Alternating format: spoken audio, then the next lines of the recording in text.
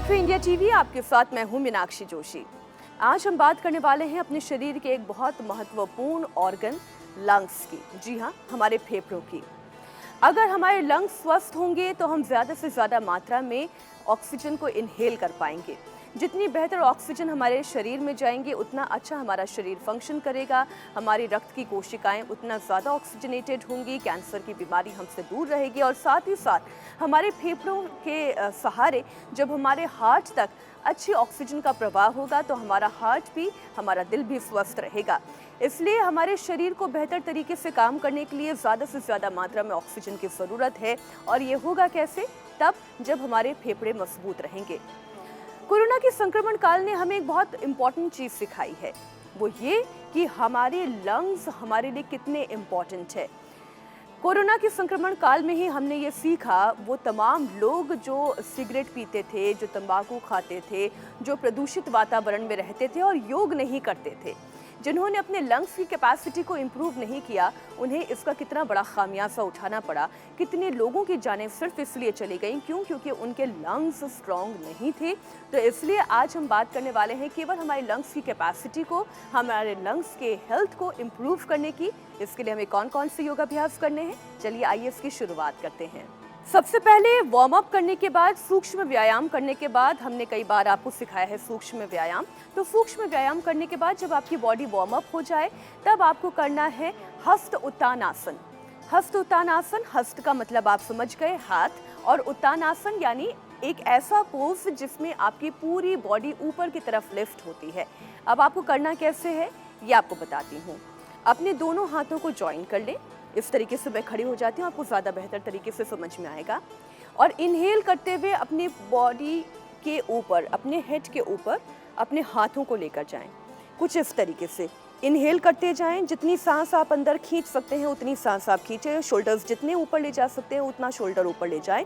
और फिर धीरे धीरे अपने पाँव में जो शोल्डर लेंथ डिस्टेंस है उतना आप खोल के अपनी बॉडी को धीरे धीरे पीछे खींचें।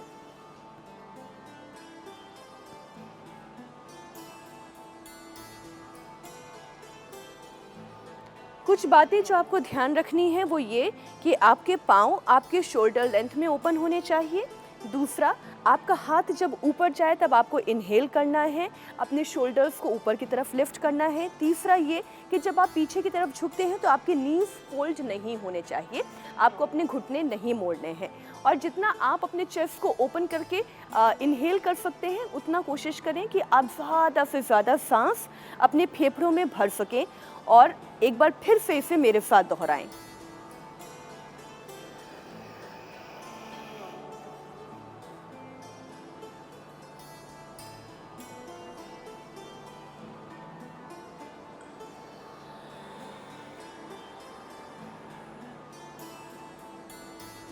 फिर से देखें।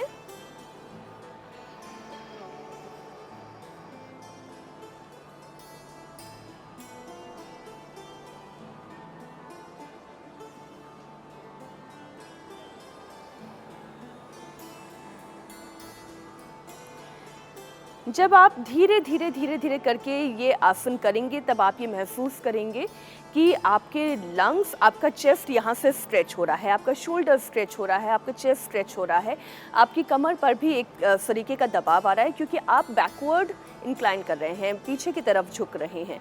तो इस तरीके से क्या होगा कि आपके लंग्स की कैपेसिटी बढ़ेगी, क्योंकि जैसे ही आप पीछे की तरफ झुकते हैं आपका चेस्ट खुलता है तो ज़्यादा से ज़्यादा फेफड़ों में ऑक्सीजन का प्रवाह होता है, क्योंकि फेफड़े भी उतना ही स्ट्रेच करते हैं।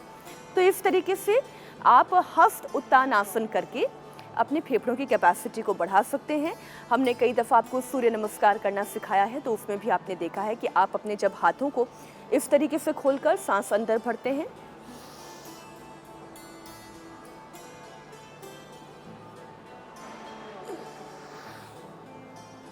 तब उसमें भी आपकी लंग्स की कैपेसिटी इम्प्रूव होती है। फिर चाहे आप इस तरीके से करना चाहें,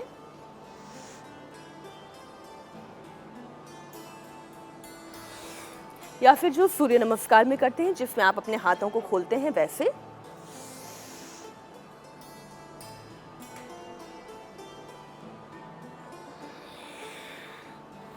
सुबह सुबह की ताज़ी हवा में या फिर सूरज की रोशनी में जब आप ये आसन करेंगे तब विटामिन डी की कमी तो दूर होगी ही, क्योंकि आप सूरज की रोशनी में कर रहे हैं, और ऑक्सीजनेटेड एनवायरनमेंट में करेंगे, पेड़ पौधों के बीच में करेंगे, तो आपके फेफड़ों तक शुद्ध हवा जाएगी, ताज़ी हवा जाएगी और भरपूर मात्रा में जाएगी। इससे आपका फेफड़ों में ऑक्सीजन जाएगा और आपकी हेल्थ इम्प्रूव होगी।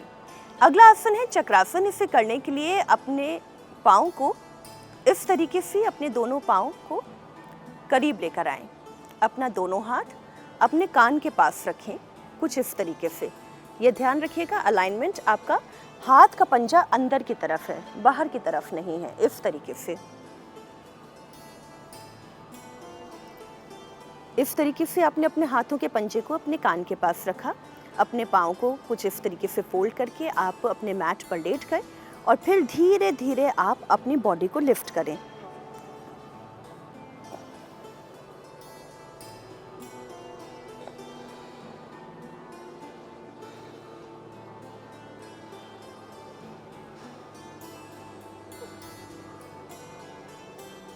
अब आपके अंदर अगर फ्लेक्सिबिलिटी है और कैपेसिटी है तो धीरे धीरे आप अपने पाँव को नज़दीक ला सकते हैं।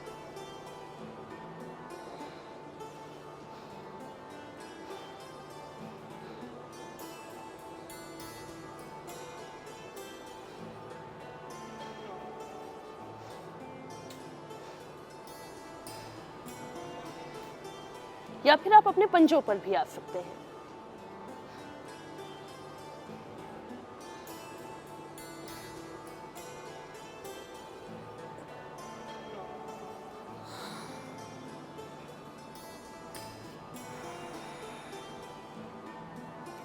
बस ये ध्यान रखिए, जब भी आप इस तरीके से चक्रासन करते हैं, किसी भी बैक बेंडिंग पोस्चर को करने के बाद आपको अपनी स्पाइन को रिलैक्स देना बहुत ज़रूरी है, क्योंकि बैक बेंडिंग के बाद आपकी स्पाइन थोड़ी सी स्ट्रेच्ड हो जाती है।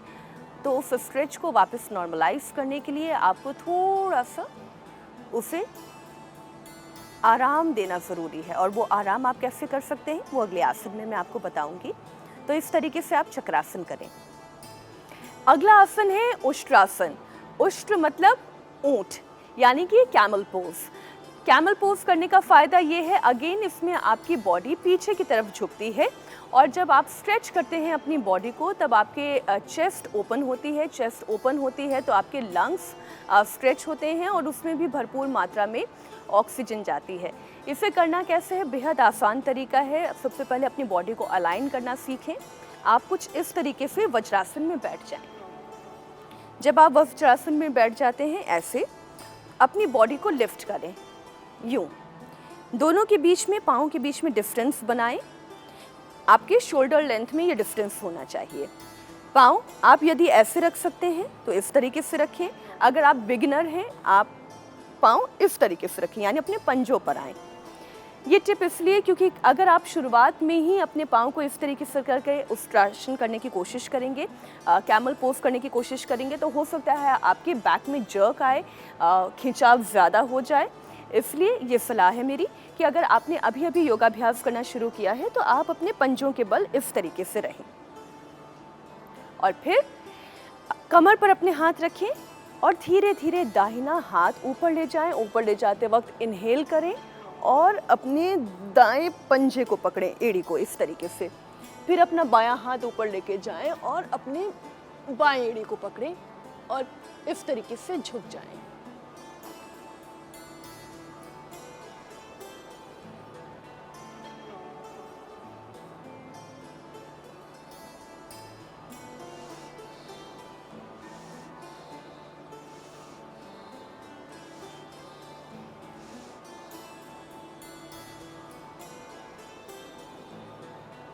मैं फिर से दोहराती हूँ, अपना दायां हाथ ऊपर लेके जाएं। जिस वक्त आप अपने हाथों को ऊपर लेकर जाएं, आप इनहेल करें, दाएं हाथ से दाएं एड़ी को पकड़ें, बाएं हाथ से बाएं एड़ी को पकड़ें, अपनी बॉडी को इस तरीके से झुकाएं।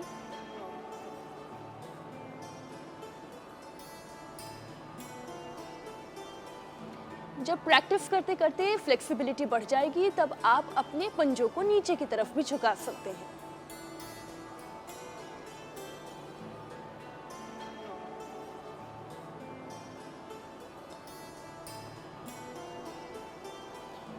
और जब धीरे धीरे आप इस आसन में महारत हासिल कर लेंगे तो आप पूर्ण उष्ट्रासन भी कर सकते हैं।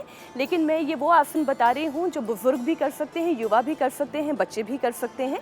इसलिए आप उष्ट्रासन करें, पंजे टिकाकर भी या फिर पंजों को उठाकर भी, जैसा भी आप कर सकते हैं। और ये याद रखिए, किसी भी आसन का पूरा फ़ायदा तब मिलता है जब आप उसे कम से कम 1 मिनट के लिए करें।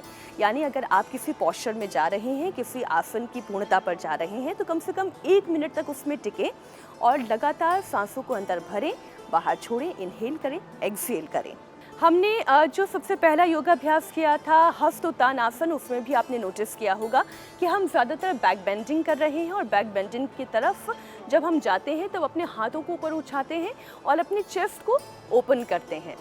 उसका अगला आसन जब हमने किया उष्ट्रासन यानी कैमल पोज, सेम हमने बैक बेंडिंग की। और बैक बेंडिंग करने से क्या होता है, हमारा चेस्ट ओपन होता है, हमारे हाथों में भी खिंचाव आता है और वो हमारी बॉडी के पूरे वेट को अपने हाथों में लेता है। ठीक उसी तरीके से जब हम चक्रासन करते हैं तो हमारे हाथों की स्ट्रेंथ जो है वो इम्प्रूव होती है, क्योंकि हमारी बॉडी का वेट, जो ख़ास तौर पर अपर बॉडी का वेट है, वो पूरी तरीके से हमारे हाथों पर जाता है। तो यही करने से आपके ना सिर्फ हाथों की स्ट्रेंथ इम्प्रूव होती है, हाथों की स्ट्रेंथ के साथ साथ आपके लंग्स की कैपेसिटी इम्प्रूव होती है, क्योंकि आप जब चक्रासन कर रहे हैं तब आपका चेस्ट ओपन हो रहा है। तो आप बेसिक साइंस इसकी समझ सकते हैं कि जब भी हमें हमारी लंग्स की कैपेसिटी को बढ़ाना है, हमें सारे वो योग अभ्यास करना चाहिए जिसमें हमारा शरीर खुलता है। फिर चाहे वो भुजंगासन हो, चाहे वो तिर्यक भुजंगासन हो, या फिर उष्ट्रासन हो, या अभी हमने जो चक्रासन किया, या फिर धनुरासन हो। धनुरासन में भी कुछ इसी तरीके से जो हम आर्च बाहर की तरफ बना रहे हैं वो ज़मीन पर लेटकर धनुरासन बनाते हैं। धनुरासन फिर कभी सिखाएंगे। लेकिन अब बात करते हैं, जब ये 3 आसन आप कर लेते हैं तो आपको अपनी स्पाइन को रिलैक्स कैसे करना है, क्योंकि जब भी आप बैक बेंडिंग करते हैं तो आपको अपनी स्पाइन को रिलैक्स करना बहुत ज़रूरी है, वरना उसमें अगर एक बार तनाव आ गया तो फिर पूरे दिन आप भी नहीं चाहेंगे कि आपकी रीढ़ की हड्डी में कोई दर्द लेकर आप घूमें। तो आपको करना क्या है, चाइल्ड पोज। वो कैसे करना है आपको सिखाती हूँ, जिसे आप बाल आसन भी कह सकते हैं, शशकासन भी कह सकते हैं, शशांकासन भी कह सकते हैं। उसको करने के छोटे छोटे अलग अलग तरीके हैं। सबसे पहले आपको बताती हूँ कि करना कैसे। आप जैसे कि देख रहे हैं मेरी बॉडी वज्रासन में है। दोनों पाँव जोड़ के अपने घुटनों के सामने अपने हाथों को रख के, पीछे आपके पाँव इस तरीके से ओपन रहेंगे। आप अपने एड़ियों के बल पर बैठे हुए हैं और आपका पूरा स्पाइन एकदम अलाइंड है, सीधा है। आपकी स्पाइन सीधी है, आपके हाथ सीधे हैं। वज्रासन में आपके पैरों की थाइस, आपके काफ मसल्स, सब पर एक साथ एक प्रेशर आ रहा है। अब आपको करना क्या है, धीरे धीरे अपने हाथों को ऊपर की तरफ उठाएं और सांसों को भीतर अंदर खींचते जाएं। इनहेल करें और आप देख रहे हैं जैसे जैसे मैं इनहेल कर रही हूँ, अगेन मेरी अपर बॉडी में एक स्ट्रेच आ रहा है और वो स्ट्रेच के बाद मैं धीरे धीरे एक्सेल करते हुए नीचे जा रही हूँ।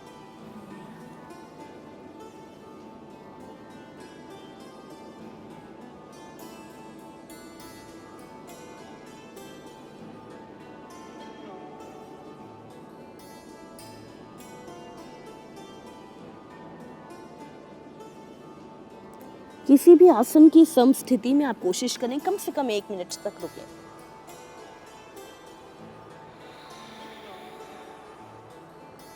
अगेन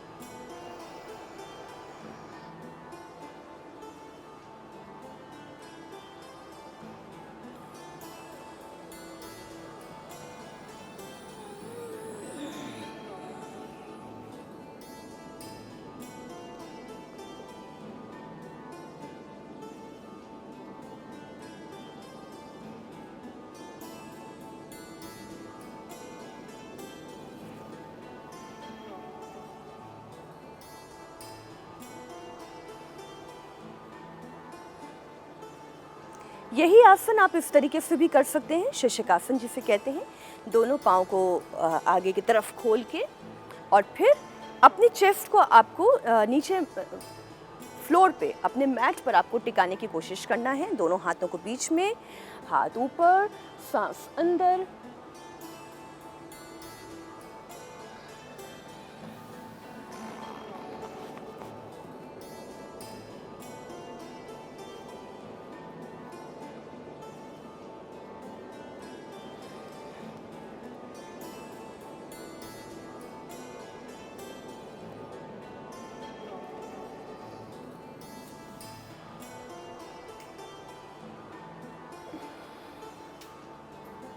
है ना आसान।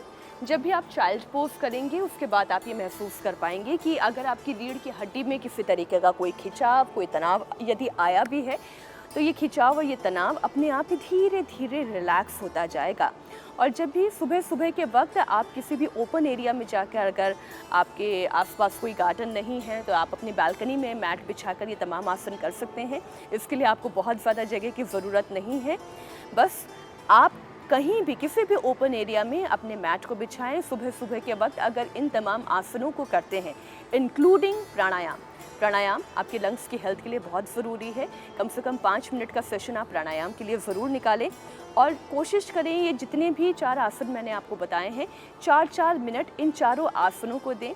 देखिएगा 1 महीने के अंदर अंदर आप ये महसूस करेंगे कि आप पहले से ज़्यादा हेल्दी फील कर पा रहे हैं। आपके लंग्स की हेल्थ पहले से ज़्यादा इम्प्रूव हुई है। बस एक चीज़ का ध्यान रखें, नशे जैसी बुरी आदतों से दूर रहें। सिगरेट का नशा आपके फेफड़ों के लिए सबसे ज़्यादा ख़तरनाक है। आज के लिए बस इतना ही। अगली बार फिर होगी आपसे मुलाकात कुछ और योगाभ्यासों के साथ, हेल्थ टिप्स के साथ। तब तक के लिए दीजिए इजाज़त। नमस्कार।